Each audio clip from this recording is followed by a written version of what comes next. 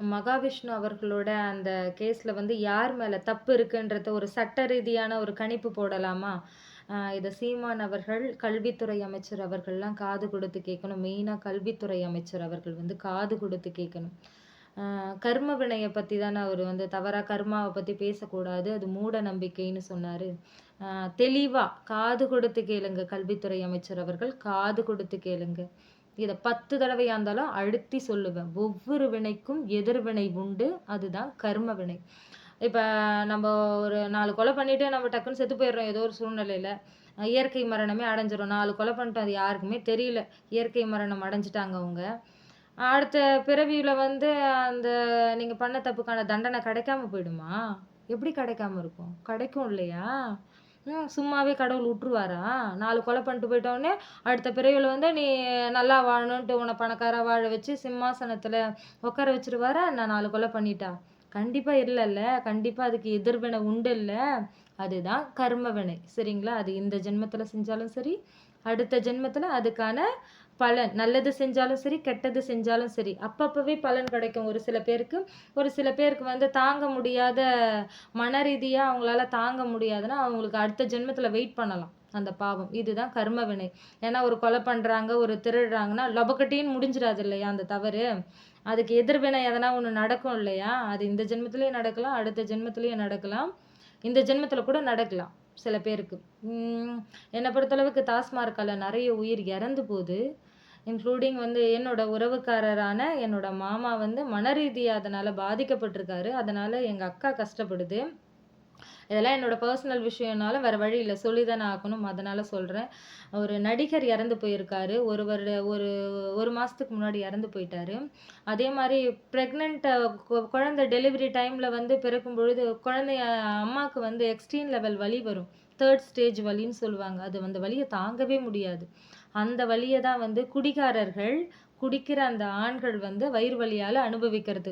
கத்தி எடுத்து வெட்டுற அளவுக்கு வந்து அந்த வலி இருக்கும். ஏன்னா வந்து சூசைட் பண்ணிக்கலான்ற அளவுக்கு வலி இருக்கும். அந்த மாரி தான் பண்ணிக்க போயிட்டாரு ஒருத்தர் எனக்கு தெரிஞ்சவரு. ஏன்னா அந்த வலி தாங்க முடியாது. அந்த பிரெக்னன்ட்டா இருக்கும்போது குழந்தை பிறக்கிற அந்த 3 ஸ்டேஜ் வலி. அந்த வலி தான் அந்த ஆண்களும் அனுபவிக்கிறாங்க குடியால. அதையும் வந்து முதலமைச்சர் அவர்களும், கல்வித்துறை அமைச்சர் அவர்களும் காது கொடுத்து கேட்கணும். அதே மாரி நெறைய பள்ளி ஆசிரியர்கள் வந்து குழந்தைகள வந்து தரக்குறைவா நடத்துறாங்க. எல்லாரையும் குறை சொல்ல முடியாது. ஆனாலும் யாரெல்லாம் தப்பு செய்றாங்களோ, அவங்க எல்லாருக்குமே வந்து இந்த வீடியோ சமர்ப்பணம். அவங்களுக்கு மட்டும் குத்தணும். அதே மாதிரி செவிலியர்களும் வந்து டெலிவரி டைம்ல வந்து தவறான வார்த்தைகள வந்து யூஸ் பண்றீங்க. அதுவும் தவறான வார்த்தைகள யூஸ் பண்ற செவிலியர்களுக்கு மட்டும் தான் குத்தணும். அந்த டெலிவரி டைம்ல அந்த பெண்கள் அழுவும்போது, வலியில துடிக்கும் பொழுது, அந்த வார்த்தைலாம் வருது. தவறான வார்த்தை. ரொம்ப, ரொம்ப, ரொம்ப, ரொம்ப கேவலமான வார்த்தைலாம் வந்து செவிலியர்கள் யூஸ் பண்றாங்க. இத அழுத்தம் திருத்தமா 10 தடவ கூட சொல்லுவேன். ஏன்னா, இத நானும் அனுபவிச்சிருக்கேன். பக்கத்துல திட்டும்போதெல்லாம், கேட்கும்போதெல்லாம் குத்தம் எனக்கே. என்ன இந்த மாரிலாம் வார்த்தை யூஸ் பண்றாங்கன்ட்டு.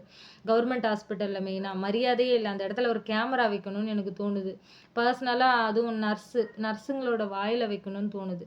தவறா பேசுற அந்த நர்ஸுங்களோட வாயில வைக்கணும்னு தோணுது. அது எல்லாரையும் சொல்லல. அந்த மாரி குத்தி பேசுறாங்க பாரு. வலியில துடிக்கும் பொழுது அந்த வார்த்தைலாம் வரவே கூடாது. ஒரு உணர்வு ரீதியா இருக்கிற ஒரு செவிலியர்களுக்கு அந்த வார்த்தை வரக்கூடாது இல்லையா? எவ்ளோ தவறான வார்த்தை தெரியுமா? போனையா? வந்தியா? அந்த மாரி இன்னும் கேவலமா இருக்கும் அந்த வார்த்தைலாம் கேட்கும்பொழுது. அதெல்லாம் ஓப்பனா சொல்ல முடியாது. அததான் தெள்ள தெளிவா வந்து இந்த இடத்துல முதலமைச்சர் அவர்களுக்கும், கல்வித்துறை அமைச்சர் அவர்களுக்கும் பதிவு செய்றேன். இன்னொன்னு வந்து பால்வாடியில கூட வந்து ஒரு 2 பேரு சமைக்கிறதுக்கு வச்சுக்கலாம். ஒரு 2 பேர வந்து குழந்தைங்கள பார்த்துக்கிறதுக்கு வச்சுக்கலாம். ஏன் அதனால சொல்றேன்னா, குழந்தைங்கள பார்த்துக்க முடியாம அந்த கோவத்தால வந்து சமையல் செய்றவங்களே ஆயம்மாவே பார்த்துக்க சொல்றதால, ஆ அந்த கோவத்த வந்து குழந்தைங்க மேல காட்டிர்றாங்க. பார்த்துக்க முடியல இல்லையா? ஒரு 20 குழந்தைங்க இருக்குன்னா, எல்லா குழந்தையும் ஊட்டிக்கின்னு, எல்லா குழந்தையும் பார்த்துக்கின்னு இருக்க முடியாதுல்ல. அவங்க மன ரீதியா புண்படுறதால, ஒரு ஆத்திரத்துல குழந்தைய வாயில அடிக்கிறாங்க, கன்னத்துல அடிக்கிறாங்க.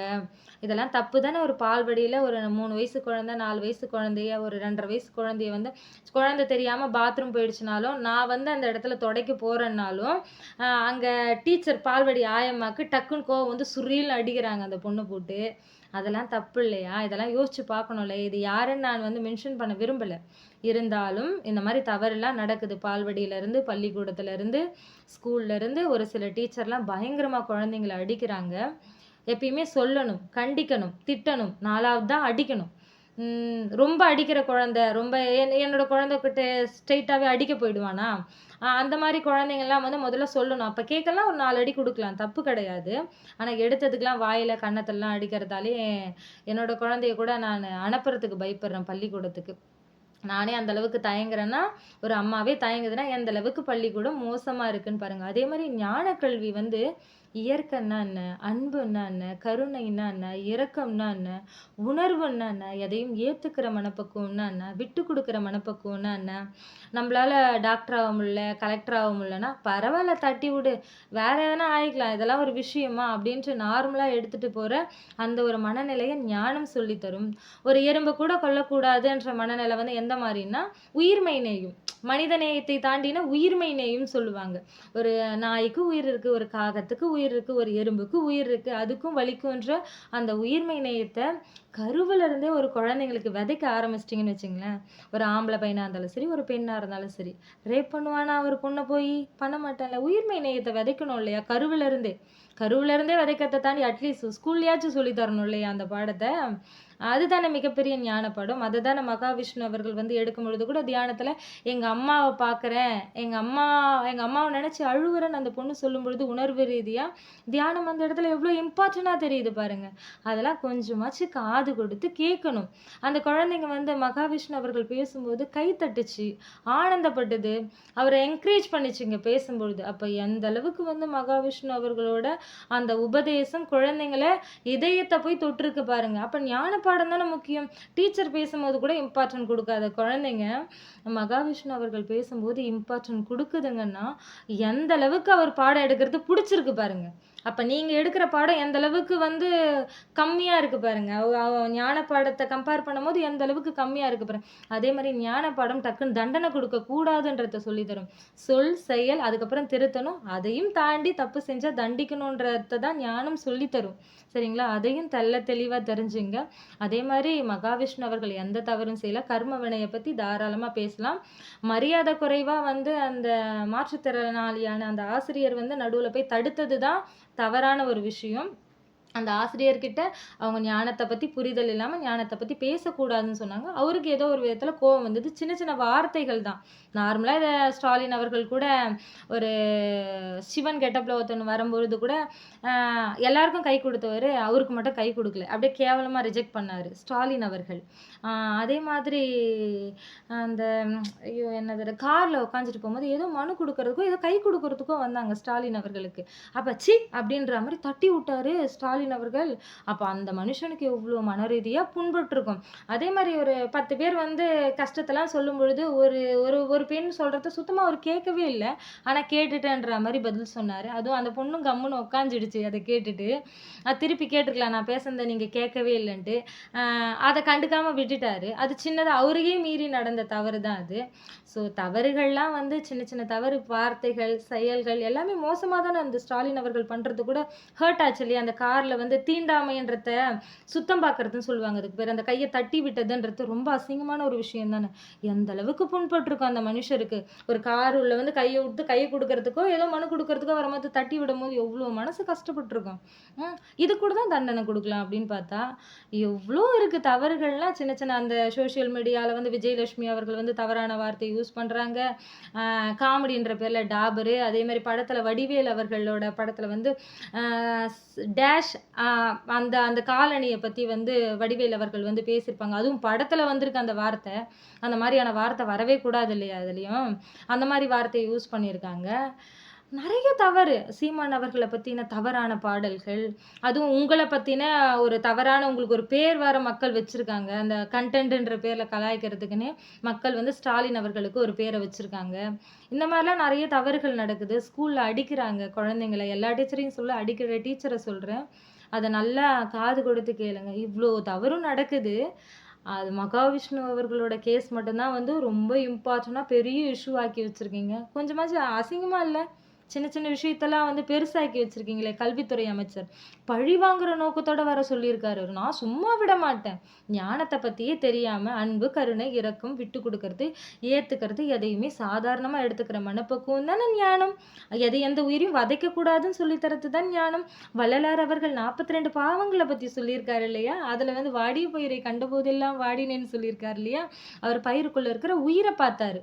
நீங்க வந்து வெறும் பணத்த மட்டுமே பார்த்தா எப்படி புரியும்? உயிரையும் பார்க்கணும் இல்லையா? மகாவிஷ்ணு அவர்களுக்கும் வலிக்கும். அவரு ஞான பாடத்த எடுத்திருக்காரு. இறை சக்திய உணர்ந்தா என்னென்ன மாற்றங்கள் நிகழும்ன்றத பத்தி இறை சக்திய உணர்ந்தா மட்டும் தானே தெரியும். உணரலைன்னா எப்படி தெரியும்? உணரத்துக்கான வாய்ப்பை தானே நம்ம ஏற்படுத்தணுமே கண்டி. அது என்னன்னு குருமித்ரே சிவம் அவர்கள் பேசுறாங்க, மகாவிஷ்ணு அவர்கள் பேசுறாங்கன்னா, அந்த ஞானத்தை தேடி கண்டுபிடிச்சு அது என்னன்ட்டு காமத்துப்பாலை பத்தி வேற திருவள்ளுவர் எழுதியிருக்காரு. அதை பத்தியும் தெரிஞ்சுக்கிட்டு வந்து தானே ஞானம் பொய்யா உண்மையான்றத பத்தி புரிதல் வரணும். இறை சக்தியை உணர்ந்தா ஒரு நிலையாகும். ஒரு உச்சக்கட்ட அந்த இறைநிலையை நம்மளால உணர முடியும். அந்த டைம்ல வந்து எந்த உயிரையும் வந்து நம்ம எதிரின்னு நினைக்க மாட்டோம். அந்த மாதிரியான ஒரு மனநிலையை தான் வந்து ஞானம் சொல்லித்தரும்.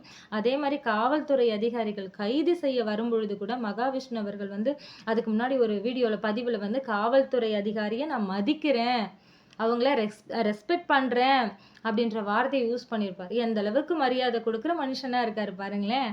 அதுக்கு ஆப்போசிட்டா கல்வித்துறை அமைச்சர் அவர்கள் நான் சும்மா விட மாட்டேன் அப்படின்னு சொல்லியிருக்காரு. என்ன பொறுத்தளவு கால் ஊனத்துக்கும் கண்ணு தெரியும் என்னோட இறை சட்டத்துல கால் ஊனத்துக்கும் கண்ணு தெரியாததுக்கும் பேசுற வார்த்தைக்கும் சம்பந்தம் கிடையாது. அவர் நல்லா தெளிவா கேட்கும் பொழுது வார்த்தை தானே பேசுறாரு. வார்த்தை வந்து ஒரு ஹேண்டிகேப்டு கண்ணு தெரியலன்ற அந்த வீக்னஸை வச்சு ஒரு நல்ல மனிதரை வந்து அரெஸ்ட் பண்றதுன்றது தவறான ஒரு விஷயம். பேசுற வார்த்தைக்கும் கண்ணு தெரியாததுக்கும் கால் ஊனத்துக்கும் சம்பந்தம் கிடையாது. அந்த ஆசிரியருக்கு இதை தெளிவா பதிவு செய்யறேன். எங்க மாமனார் தாங்கி தான் நடப்பார் கால். ஆனா ஸ்ட்ராங்கான ஆள். மேடவாக்கத்துல இருந்து தேனாம்பேட்டை வரைக்கும் சைக்கிள்ல 3 பேரை உட்கார வச்சு ஏத்திக்கின்னு ஓட்டிக்கின்னு போவார். அந்த அளவுக்கு ஸ்ட்ராங்கான ஆள். 10 பேர் வந்தாலும் அடிப்பார். அவர் இறந்துட்டாரு குடியால. அவர் குடியால தான் இறந்து போனார். துடிச்சு இறந்து போனார். இதெல்லாம் யோசிச்சு பார்த்துட்டு அதுக்கப்புறம் மகாவிஷ்ணுவை விடுதலை செய்யலாமா செய்யக்கூடாதான்றத முடிவு செய்யுங்க. நான் தான் கரெக்டான சட்டத்தை பேசுறேன். சின்ன சின்ன வார்த்தைகள்லாம் வந்து பெரிய இஷ்யூ ஆக்கக்கூடாது இல்லையா கல்வித்துறை அமைச்சர் அவர்களே? வார்த்தைன்றது சாதாரணமான ஒரு விஷயம். பேசி இதை சால்வ் பண்ணியிருக்கணுமே கண்டி. பெரிய பூதமா வெடிக்க வச்சிருக்க கூடாது. அது கேட்கும் பொழுதே எவ்வளோ ஆத்திரம் வருது தெரியுமா? சட்டம் தெரியாம இது ஒரு சாதாரண ஒரு கேஸு. இது ஒரு சாதாரண கேஸ். நான் படிக்கவே இல்லை. நான் 10ஆம் கிளாஸ் ஃபெயில். இந்த கேஸை என்கிட்ட கொடுத்தாலே நான் முடிப்பேன்.